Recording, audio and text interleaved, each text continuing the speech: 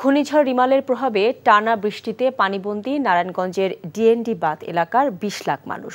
বৃষ্টি কমে গেলেই পানি সরে না যাওয়ায় জীবনযাত্রা থমকে আছে। অনেকে ঘরবাড়ি ছেড়ে চলে গেছেন। নারায়ণগঞ্জ থেকে বিল্লাল হোসেন রবিনের পাঠানো রিপোর্ট, ক্যামেরায় তারেক স্বপন।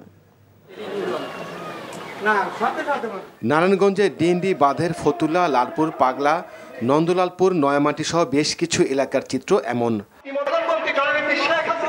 রাস্তাঘাটে কোথাও হাঁটু ও কোমর সমান পানি, ড্রেন আর বৃষ্টির পানি মিলে একাকার। জীবনযাত্রা সবকিছু যেন থমকে গেছে এই জলাবদ্ধতার কারণে।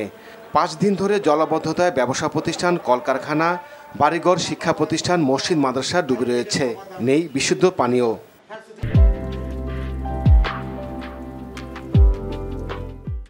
নামতে আমাকে না আড়ু পানি, ওইদিকে যাইতে কমর পানি, বুক পানি, কি করবো?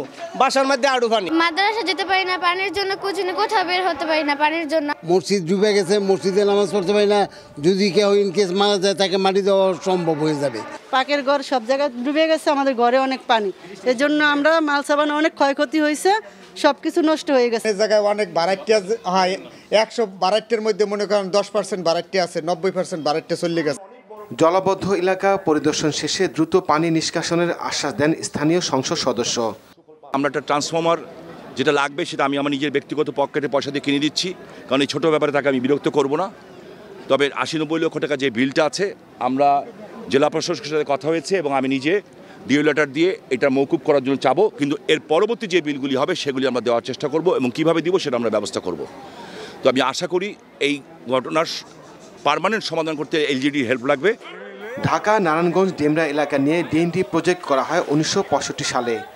মূলত উন্নত জাতের ইরি ধানের চাষাবাদ করার জন্য এই প্রজেক্ট করা হলেও কালের বিবর্তনে বাঁধের অভ্যন্তরে গড়ে ওঠে শিল্প, কলকারখানা ও আবাসিক এলাকা। NTV news desk.